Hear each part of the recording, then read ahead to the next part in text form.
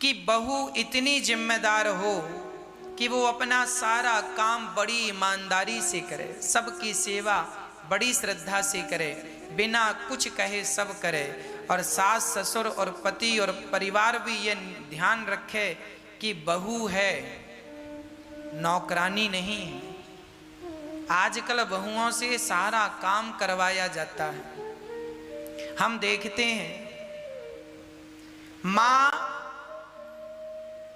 जब बहू आती है तो सास अपनी बहू से कपड़े भी, बर्तन भी, भोजन भी, पोंछा भी, झाड़ू भी सब बहू करे, और खुद की बेटी 18-19 साल की है, घर पर बैठी है, मेरी बेटी कुछ नहीं करेगी। आप अपनी बेटी से कुछ नहीं कराते, सारा काम बहू से कराते हैं। ननद बैठी झूला झूल रही है और बहुएं काम कर रही हैं। ऐसे नहीं चलते रिश्ते। एक आदमी के ऊपर सारा भार डाल दोगे, उसकी कमर टूट जाएगी, उसकी सहनशीलता जवाब दे देगी। बहू अभी शांत है, जवाब नहीं दे रही है, तो आप भार लादे जा रहे हैं, लादे जा रहे हैं। जब अति हो जाती है तब फिर बहू बोलना शुरू करती है, जानवर हैं हम क्या, सवेरे से लेकर शाम तक काम कराती हो। काम करते हैं और फिर भी ताने सुनने को मिलते हैं, तुम करती क्या हो।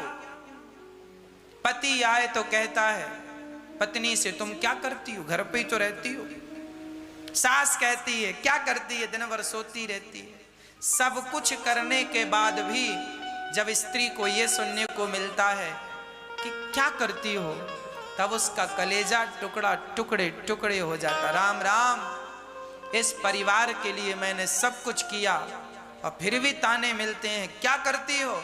तो फिर वो सोचती है अब कुछ नहीं करना, जब सब कह ही रहे हैं क्या करती हो, कुछ मत करो। आप लोग कह कह के इंसान को ढीठ बना देते हैं।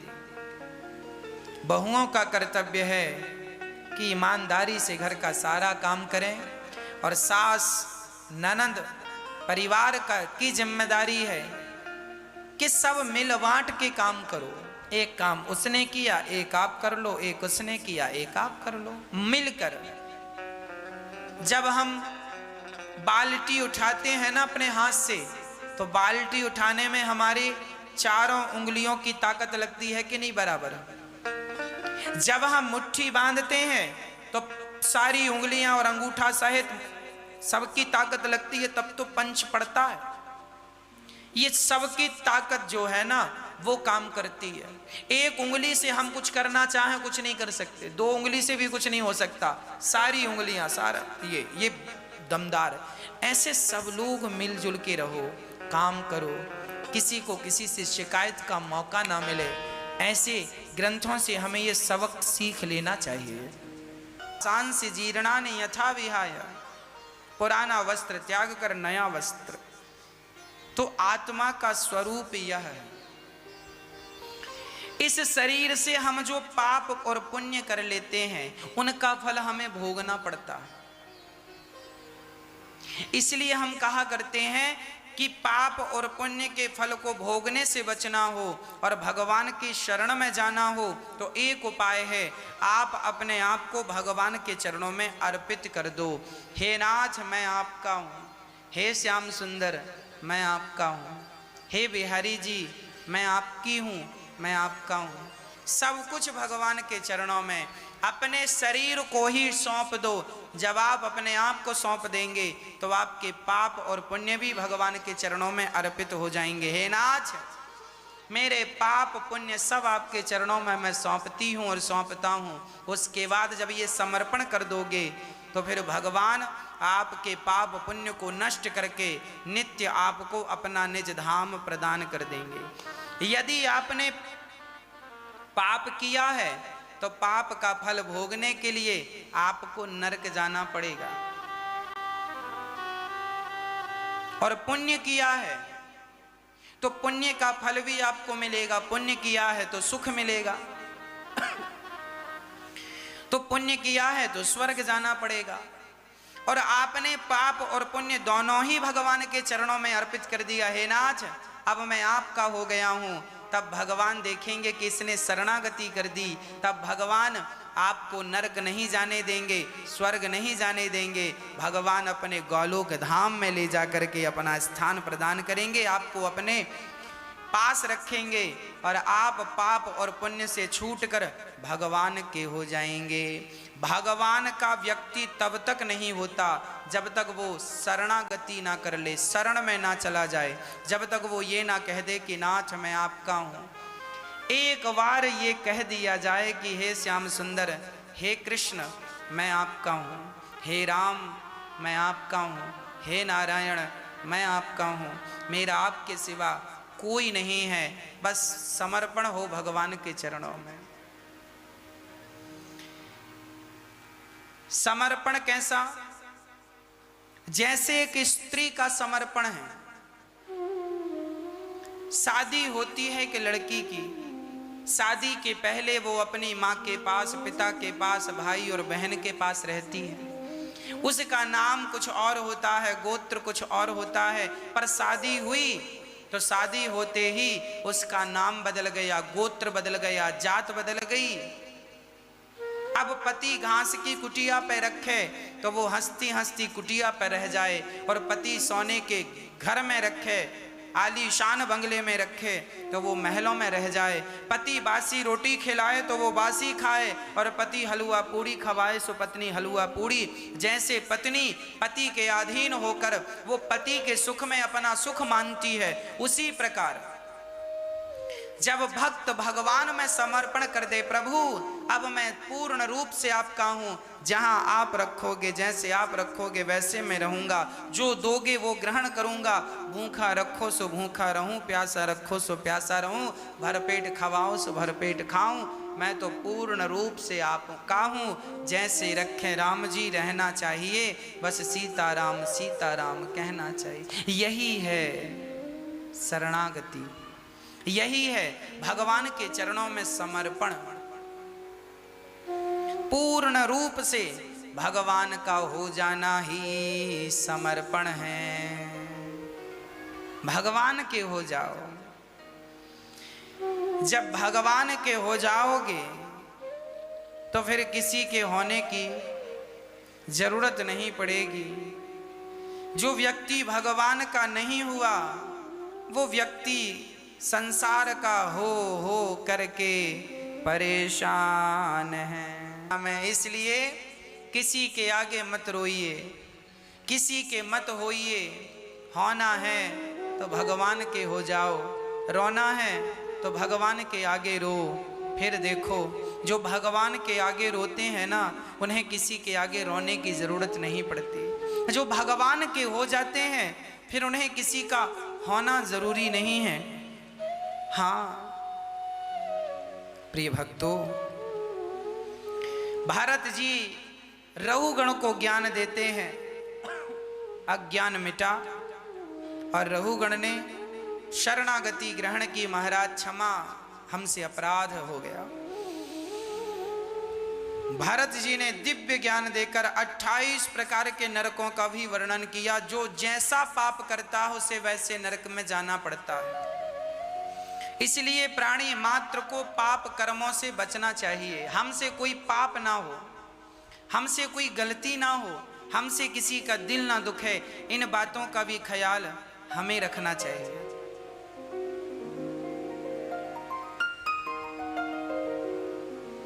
कोई अपराध ना हो। श्री सुखदेव भगवान कहते हैं राजा रहुगण के ज्ञान से दोनों का कल्याण हुआ। राजा रहुगण का उद्धार, और भरत जी भी परम धाम को जाते हैं। श्री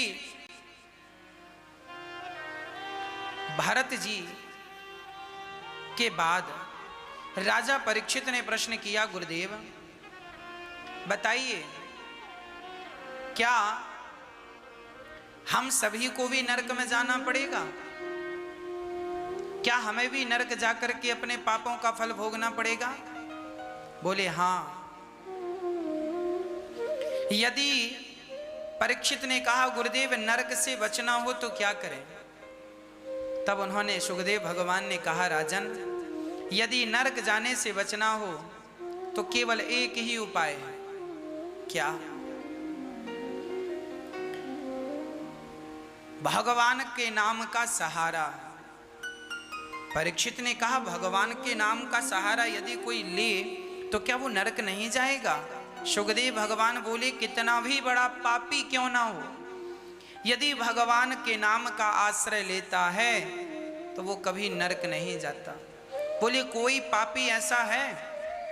बोले, हाँ, अजामिल नाम का एक पापी है। उसने जीवन भर पाप ही पाप किया है। कभी कथा नहीं सुनी, दान पुण्य नहीं किया, सत्संग नहीं किया, कोई अच्छा काम नहीं किया, किसी रोते को हंसाया नहीं, केवल रुलाया है, केवल कष्ट। जब अजामिल की मृत्यु आई, यमराज आए, तो अजामिल के पुत्र था, सबसे छोटे बेटे का नाम संतों ने कहकर नारायण नाम रखवा दिया था। जब अजामिल मरने लगा तो अजामिल ने अपने पुत्र को बुलाया। दूरे क्रीडन का सक्तम पुत्रम नारायणावयम प्लावितेन स्वरेण उच्चैराजुहावा जितेंद्रिय। बेटा नारायण बचाओ। अजामिल ने जोर से कहा, नारायण बचाओ। उसने बुलाया अपने पुत्र को, पर सुना कौन? बेटे ने नहीं, परम पिता परमात्मा ने। जब परमात्मा ने सुना तो भगवान ने पार्षदों से कहा, जाओ, कोई मुझे मृत्यु लोक में पुकार रहा है, सम्मान के साथ लेकर आओ। पार्षद आए, यमदूतों से कहने लगे, छोड़ दो इसे, कहां लेकर जा रहे हो? कहने लगे यमदूत, इसने जीवन भर पाप किया है, इसे हम लेकर जा रहे हैं नरक को, बहुत सारा कष्ट से मिलेगा, पाप किया है। पार्षदों ने कहा, इसने जीवन भर पाप किया है, परंतु इसने मरते समय भगवान का नाम ले लिया है, इसलिए इसका उद्धार हो गया। भगवान ने मुझे भेजा है इसे लेने के लिए। पार्षदों ने कहा, छोड़ दो इसे। यमदूतों ने कहा, इसने जीवन भर पाप किया है और भगवान क्यों भेज रहे हैं? बोले, इसने मरते समय नाम भगवान का लिया। यमदूतों ने हंसकर कहा, महाराज, इसने भगवान का कोई नाम नहीं लिया, फिर इसने तो बेटे का नाम लिया, इसके पुत्र का नाम नारायण है। अच्छा, तो क्या पुत्र का नाम लेने से? हाँ, पार्षदों ने कहा, इसके पुत्र का नाम नारायण तो अभी से पड़ा है, हमारे भगवान का नाम नारायण तो अनादि काल से है। भले बुलाया इसने बेटे को है, पर सुना परमात्मा ने है, सुना भगवान ने है। और भगवान जब सुनते हैं तो कल्याण होता है। तुरंत विमान पर बिठाकर ले जाने लगे। वो अजामिल सुन रहा था कि मैंने यदि नाम ना लिया होता तो सोचो मेरी भी दुर्गति हो जाती, अभी नरक जाना पड़ता। अब अजामिल के कान खड़े हो गए, अब समझ गया कि भगवान का नाम कितना प्रभावशाली है। और अजामिल, पार्षदों ने कहा, चलो हम तुम्हें कुछ वर्ष की आयु और देते हैं, रहो और अब पाप ना करना, भगवान का नाम। अजामिल को फिर अवसर दिया गया और अजामिल बची हुई आयु से केवल भगवान का नाम जपने लगा। आप ये समझिए कि ये जो आयु है ये केवल आत्म कल्याण के लिए है। अभी आपको सब हरा हरा नजर आ रहा है, मौत के मुंह से जो निकल कर आता है उसे पता चलता है कि ये जीवन कितना अनमोल है और इसका उपयोग किस प्रकार करना है। ना तुम्हारा पैसा काम आएगा, ना तुम्हारी पहुंच काम आएगी, केवल तुम्हारा पुण्य काम आएगा। इसलिए जितना पुण्य कर सकते हो कर लो। शरीर तो नष्ट हो ही जाना है, पर नष्ट ना होने वाला पुण्य इस नश्वर शरीर से करना चाहो कर सकते हो। प्रिय भक्तों, अजामिल जैसे पापी भी नाम के बल पर तर गए। इसलिए आप भी नाम ना छोड़िएगा। काम करते रहो, नाम जपते रहो, मन से गोविंद गोपाल गाते चलो। याद आवेगी उसको कभी ना कभी, मेरी विनती सुनेगा कभी ना कभी। ऐसा विश्वास मन में जगाते चलो, मन से गोविंद गोपाल गाते चलो। काम करते रहो और बस सीताराम सीताराम गाए जा, गाए जा, गाए जा। राधे श्याम गाए जा, गाए जा, गाए जा। काम करते रहो और नाम निरंतर अहरनिश चलता रहे। इतना तो कर लो, ये कौन सा, इसमें कोई पैसा थोड़ी खर्च हो रहा है। काम करते न हो, झाड़ू पोछा बर्तन सब करो, अपना काम गृहस्थी का बिजनेस व्यापार, पर हर समय केवल नाम नारायण श्रीमन नारायण काम कर रहे हैं और नारायण नारायण भीतर से चल रहा है। फिर देखो जीवन में क्या बदलाव होता है। आपके जीवन के सारे दुख कष्ट नष्ट हो जाएंगे। मैं आपको लिखित में कहता हूं, यदि आप भगवान का नित्य स्मरण करने लग जाएं, हर श्वास में भगवान का चिंतन करते हुए आत्मसमर्पण कर दें, फिर देखें जीवन कैसा होता है।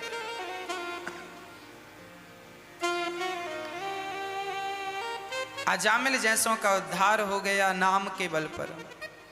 इंद्र ने गुरु जी का अपमान किया, गुरु जी नाराज होकर चले गए। विश्वरूप को गुरु बनाकर नारायण कवच की दीक्षा ली और यज्ञ कराया। तो यज्ञ में राक्षसों को आहुति देकर गुरु जी ने यज्ञ में राक्षसों को आहुति दी। विश्वरूप ने, इंद्र ने हत्या कर दी। 4 लोगों में अपनी हत्या देकर इंद्र ने हत्या से पिंड छुड़ाया। वृत्तासुर को प्रकट किया त्वष्टा ऋषि ने, और वृत्तासुर इंद्र से युद्ध करता है। इंद्र उस युद्ध में वृत्तासुर से जब युद्ध हुआ, दधीची ऋषि की हड्डियों का वज्र बनाया गया। हमारे भारत में ऐसे ऐसे दानी हुए हैं जिन्होंने अपनी हड्डियों का भी दान किया। इसलिए दान किया कि यदि हमारे शरीर से, हमारे शरीर का दान करने से यदि समाज का कल्याण होता है तो हम अपना शरीर भी दान करने को तैयार हैं। हड्डियों का दान किया। दधीची उनकी हड्डियों का वज्र बना और वृत्तासुर उस हड्डियों के वज्र से युद्ध में मारे गए। पर मरने के पहले वृत्तासुर ने भगवान की स्तुति की। अहम हरे तब पादई के मूला, दासानुदासो भवितास्मि भूयः, मनः स्मरेता सुपतेर्गुणांस्ते, गृणीत्वा कर्म करोतु कायः। वृत्तासुर ने कहा, हे नाथ, मैं आपका स्मरण करता रहूं और निरंतर आपका चिंतन करता रहूं। आपका ना सही तो आपके भक्तों का चिंतन करूं, यही मुझे वरदान दीजिए। राजा परीक्षित ने कहा, महाराज ये वृत्तासुर तो राक्षस था, फिर इसने भगवान की स्तुति क्यों की? बोले, इस जन्म का राक्षस था, पिछले जन्म तो भगवान का बड़ा भगत था। इसका नाम था चित्रकेतु। बहुत सारी पत्नियां थीं पर बेटा हुआ नहीं। एक महात्मा से कहा बेटा चाहिए, संत ने फल दे दिया। बोले पत्नी को खिलाना। बड़ी पत्नी कृतद्युति फल खाकर गर्भवती हो गई। समय आया सो बच्चा हुआ। एक रानी को बच्चा हुआ, बाकी रानियों को बच्चा हुआ नहीं। तो उन रानियों ने जलन के कारण उस बच्चे को जहर दे करके मार डाला। नन्हा सा बच्चा जहर खाकर सोया, सदा के लिए सो गया। राजा रानी रोए, मेरा बेटा मर गया, बच्चा चला गया। रोए रोए बहुत रोए। नारद जी समझा रहे हैं। नारद जी आ गए, राजन क्यों रो रहे हो? अच्छा, आप लोग भी रोते हैं, जब कोई किसी का बेटा चला जाए, किसी की पत्नी, किसी का पति, किसी का पिता, किसी की माता, जब आपके संबंधों में कोई अपना आपको छोड़कर चला जाता, किसी की मृत्यु हो जाती है, तो आप बहुत रोते हैं। चित्रकेतु नाम के राजा था, उनके 5 साल का बेटा, छोटा सा बेटा चला गया। राजा रोने लगे। नारद जी आए, क्यों रो रहे हो? बोले महाराज मेरा बेटा मर गया, आप कृपा करो तो ये जीवित हो जाए। नारद जी ने कहा मरा हुआ जिंदा नहीं होता। महाराज मैं कुछ नहीं जानता, आप संत हैं, मेरे पुत्र को जीवन दान दे दीजिए। नारद जी समझ गए कि ये मेरे से नहीं समझेगा। नारद जी ने कृपा की, संत हैं, मरा हुआ बालक खड़ा हो गया। उसकी आत्मा को बुलाकर फिर डाल दिया नारद जी ने, वो मरा हुआ बच्चा जिंदा हो गया। पिताजी दौड़कर आए, बेटा आ तुझे गले से लगाकर ढेर सारा प्यार कर लूं। उस बच्चे ने कहा खबरदार, आप ये बताओ आप कौन हैं?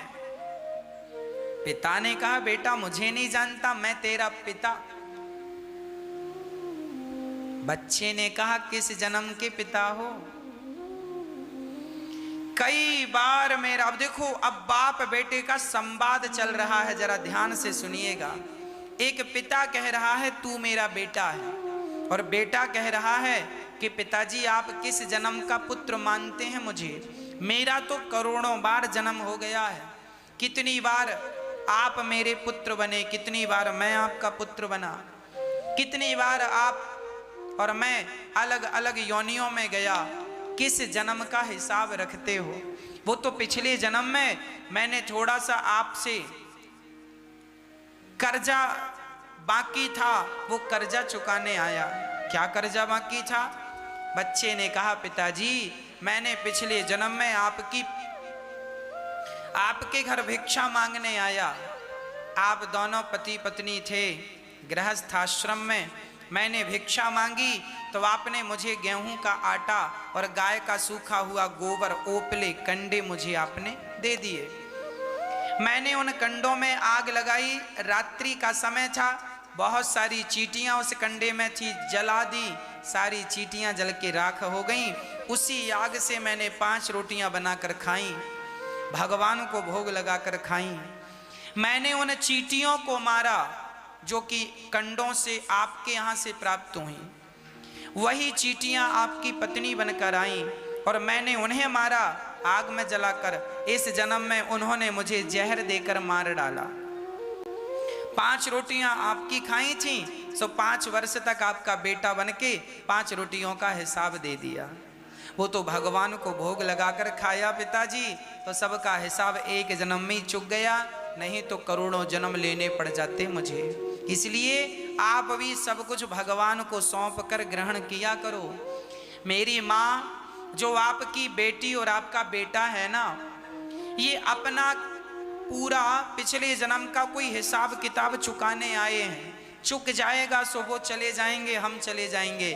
हम और आप अपना हिसाब किताब चुकाने ही इस संसार में आते हैं, पर हम लोग अपना मान लेते हैं ये बेटा मेरा है। वो बेटा मेरा नहीं है, मेरा हिसाब कोई किताब बाकी था, हिसाब किताब से इस जन्म में बेटा बन के आया है, पत्नी बनकर आई है, पति बनकर आया है। ये जो तुम्हारी पत्नी है, पति है, पुत्र है, ये सब किसी ना किसी जन्म का हिसाब किताब बाकी था, सो चुका रहे हैं। चुक जाएगा, छुट्टी, स्टेशन आया, उतरो, समय पूरा हुआ, चलो।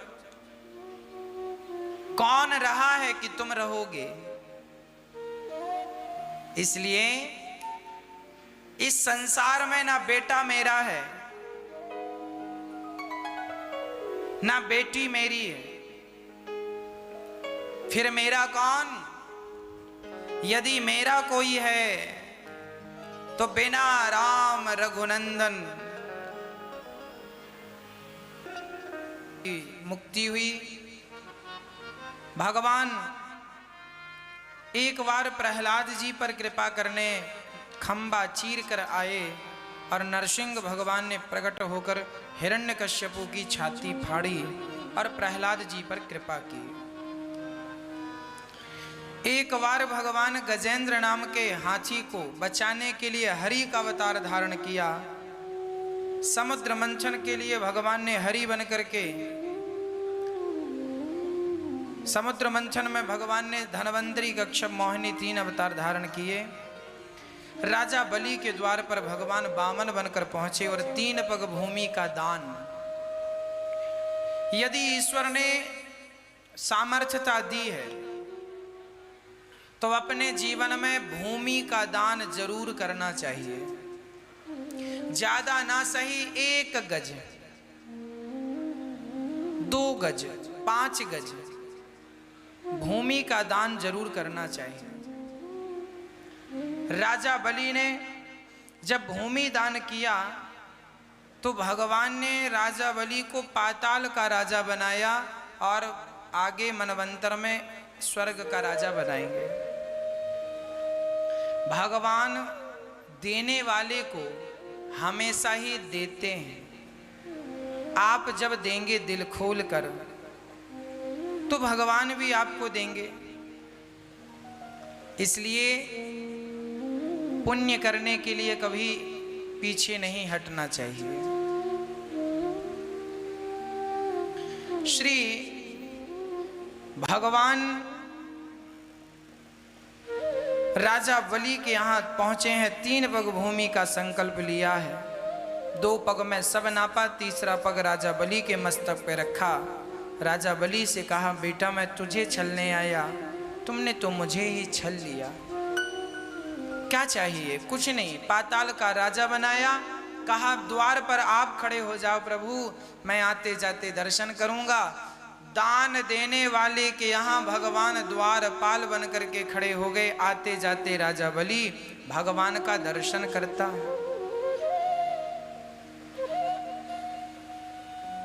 जब भगवान को लक्ष्मी जी लेने आई राजा बलि को राखी बांधकर, तब भगवान वहां से गए। मत्स्य अवतार धारण किया है। हयग्रीव नाम के दैत्य को मारने के लिए भगवान ने मछली का अवतार धारण किया है। इसके बाद भगवान सूर्य वंश में ब्रह्मा जी के पुत्र मरीचि, मरीचि के कश्यप, कश्यप के वंश में ही आगे चल करके राजा नभग, नभग के नाभाग, नाभाग के अम्बरीश, अम्बरीशो महाभागा सप्त द्वीपवती मही। एकादशी का व्रत करते हुए अम्बरीश भगवान को बड़ा प्रिय भक्त थे। भगवान के सब कुछ छोड़कर केवल भगवान की भक्ति। अम्बरीश ऐसे थे, सब छोड़ सकते थे, भगवान को नहीं छोड़ सकते थे। इसके कारण भगवान ने उन्हें अपना सुदर्शन नियुक्त कर दिया। कहा तुम हमेशा मेरी सेवा करो। मेरा सुदर्शन, जो भगवान की शरण में होते हैं ना, उनकी रक्षा खुद भगवान करते हैं। और भगवान ने दुर्वासा जी के क्रोध से उनकी रक्षा की और अंत में दुर्वासा जी का अहंकार नष्ट हुआ। अम्बरीश से प्रार्थना की, उनके सुदर्शन से, भगवान के सुदर्शन से दुर्वासा जी की रक्षा हुई। एकादशी का व्रत बहुत जरूरी है। भगवान कहते हैं मैं अहम भक्त पराधीना, मैं भक्त के अधीन हूं। जब अम्बरीश भगवान के लिए चक्की से गेहूं पीसते ना, तो उन्हें गर्मी लगती तो भगवान स्वयं बैठ करके और पंखा झलकाते थे अम्बरीश को। जो भक्त भगवान की सेवा में लग जाता है ना, भगवान उसकी सेवा में लग जाते हैं। भगवान इन्हीं के वंश में आगे चलकर राजा खटवांग हुए। खटवांग के पुत्र दीर्घबाहु सगर हुए, जिनके वंश में आगे भगीरथ जी हुए, जिन्होंने गंगा को प्रकट किया। फिर इन्हीं के वंश में खटवांग, दीर्घबाहु, रघु, अज। अज के पुत्र हुए हैं दशरथ। दशरथ जी का बुढ़ापा आ गया, कोई संतान नहीं हुई। दशरथ जी गुरु जी के पास गए और गुरु जी ने कि यज्ञ किया पुत्रेष्टि, जिससे तीनों रानियों ने खीर खाई। और समय चैत्र के महीने शुक्ल पक्ष की नवमी को 4 संतानें आई, राम, लक्ष्मण, भरत, शत्रुघ्न। बोलिए राजा रामचंद्र भगवान की। भगवान राम का जन्म हुआ, बड़े हुए। राम जी को विश्वामित्र जी लेकर गए और वहां ताड़का को मारकर यज्ञ गुरु जी का पूरा करके राम जी सीता स्वयंवर में गए। बड़े बड़े राजाओं ने धनुष उठाना चाहा, पर धनुष तो किसी से हिलने को भी तैयार नहीं। तब राम जी ने धनुष पर डोरी चढ़ाई और धनुष को भंग किया। सिया जी ने राम को माला पहनाया। राम जी का विवाह संपन्न हुआ। आज राम जी का विवाह सीता से, भरत जी का विवाह मांडवी से, शत्रुघ्न जी का श्रुतकीर्ति और लक्ष्मण जी का उर्मिला, ये चारों भाइयों का चारों बहनों से, ये सीता चार बहन चारों से विवाह हुआ। और चारों बेटियां जब जनक की विदा होने लगी, जनक जी रोने लगे। जब बेटी विदा होती है तो हर माँ बाप रोते हैं। विदाई कहते हैं जिसके पैरों में वेमाई फटी ही नहीं, वो पीर पराई क्या जाने। और जिसने बेटी को जन्म दिया ही नहीं, वो बेटी की विदाई क्या जाने। ये बेटी की जो विदाई है वही जानता है जिसकी बेटियां हैं। इसलिए एक बेटी तो होनी ही चाहिए, कम से कम, अधिक तो जितना परमात्मा दे। बेटी सौभाग्य से मिलती है, इसलिए बेटी दोनों कुल को तारने वाली है, इसलिए बेटी होना चाहिए। प्रिय भक्तों, जनक जी विदा कर रहे हैं अपनी बेटी को, सिया को।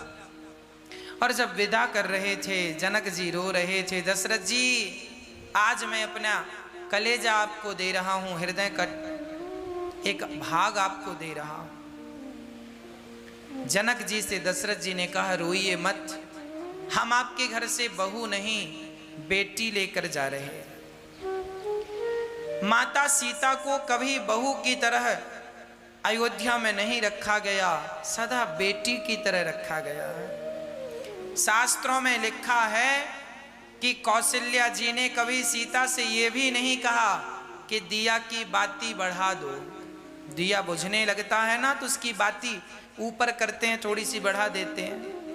इतना सा भी काम सिया से नहीं कहा।